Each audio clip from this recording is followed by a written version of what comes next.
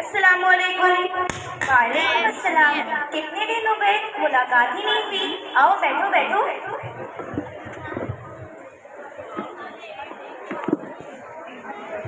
ارے یہ بہن کون ہے؟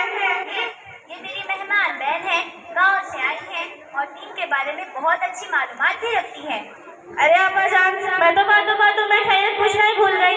خیریت سے ہے؟ کہاں کی خیریت، جی رہی ہوں جیسے تیسے، وقت پورا کر کے آخر دنیا سے جانا ہی تو ہے۔ ارے آپا جان، اللہ نے آپ کو کیا کام کیا ہے؟ شاد و آباد گھر، بیٹے کی بھی اچھی نوکری دی ہے اور جان جیسی خدمت گزار بہو بھی تو ہے، اور کیا چاہیے؟ علما خاموش رہو، میرا منہ نہ کھلاؤ۔ کیسا بیٹا کیسی بہو، ان دونوں کو تو بوڑھے لوگوں کی ضرورت کا احساس ہی نہیں ہے۔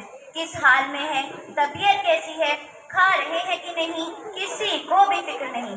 بس ہمیں اپنے سر کا بوجھ سمجھتے ہیں اور سوچتے ہیں جلد سے جلد کیسے چھٹکارا مل جائے۔ اور بہو رانی کو تو پوچھو ہی مت، نوابزادی کی زبان آباد ہے، نہ گھر کی صفائی، نہ کھانا، نہ ناشتہ، نہ چائے۔ یہ ساری باتیں گھر کے بڑوں کے سکھانے سے آتی ہے۔ لگتا ہے اسے کچھ بھی سکھایا نہیں گیا، اور میں تمہیں کیا ہی بتاؤں، جب اپنے گھر کا کوئی آ جاتا ہے تو ان کی دیکھ بھال بھی پیچھے کی پیچھے رہ جاتی ہے، اور جب ہمارے گھر کا کوئی آتا تو نہ دینے کے لیے ہاتھ بڑھتے۔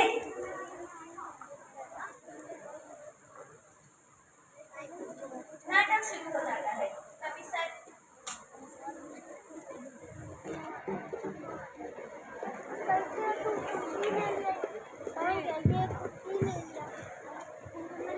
ناٹک شروع ہو جاتا ہے، کبھی سر میں درد، کبھی پیٹ میں درد، کبھی یہاں درد، کبھی وہاں درد، طبیعت ٹھیک نہیں ہے۔ اور کھانے کا حال تو پوچھو ہی مت۔ چائے بنائے گی جسے کالی اماس کا رس، دال بنائی جسے تالاب کا گدلا پانی، اور چاول جو کھائے پیٹ میں درد ہو جائے، اور ہر 2 دن میں مائکا یاد آ جاتا ہے، جا کے ماں کے پلوں سے بن جاتی ہے اور آنے کا نام ہی نہیں لیتی۔ ارے آپا جان، آپ کی بہو اتنا سب کرتی ہے، آپ اس سے کچھ بولتی کیوں نہیں؟ ارے علما، میں بولتے بولتے تنگ آ چکی ہوں، کچھ بولوں تو میری شہزادی کی پیشانی پر بل پڑنے لگتے ہیں، خون کے گھونٹ پی کر خاموش رہنا پڑتا ہے۔ یہ ساری باتیں چھوڑو، چلو ہم سیٹ آؤٹ میں بیٹھ کر چائے پیتے ہیں۔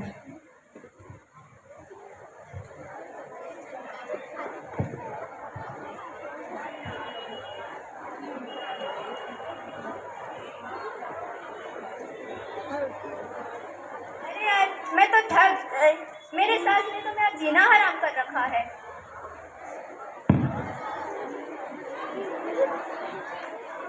پتہ نہیں کون آیا ہے، ٹنگ ٹانگ، پتہ نہیں کون آیا ہے۔ ارے عمیمہ، تم آؤ بیٹھو۔ السلام علیکم۔ وعلیکم السلام۔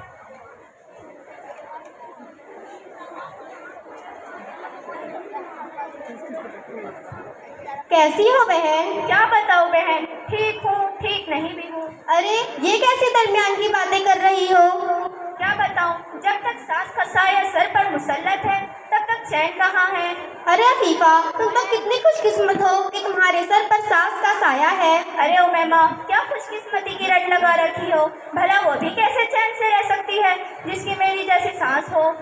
ایک بات پوچھوں؟ ہاں پوچھو۔ کیا تمہیں معلوم ہے عورتوں کی تاریخ میں سب سے خوش قسمت عورت کون ہے؟ نہیں۔ وہ سارے انسانوں کی ماں حضرت حوا علیہ السلام۔ وہ کیوں؟ کیونکہ ان کی ساس ننند نہیں تھی۔ ارے عفیفہ، تم اپنی ساس سے اتنا پریشان کیوں ہو؟ وہ ساس نہیں، پریشانیوں کا گھر ہے، جب دیکھو ناک چڑھائے مجھ سے لڑتی رہتی ہے۔ میں اٹھوں تو پریشانی، میں کھانا کھاؤں تو پریشانی، میں کچھ بولوں تو غصہ، میں کچھ نہ بولوں تو غرور، میرے ہر کام میں نکتہ چینی کرتی رہتی ہے، ہمت افزائی کی بات بھول کر بھی نہ سنو۔ اب بھلا تم ہی بتاؤ، میں اسے کیا نام دے سکتی ہوں؟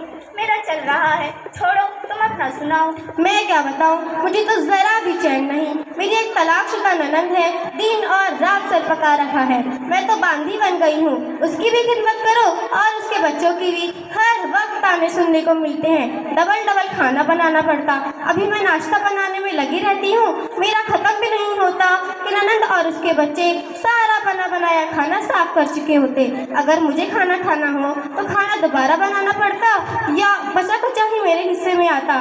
ارے عفیفہ، یہ کون ہے؟ میں تو پوچھنا ہی بھول گئی۔ مائلہ اپا ہیں، گاؤں سے آئی ہیں، دین کے بارے میں بہت اچھی معلومات رکھتی ہیں۔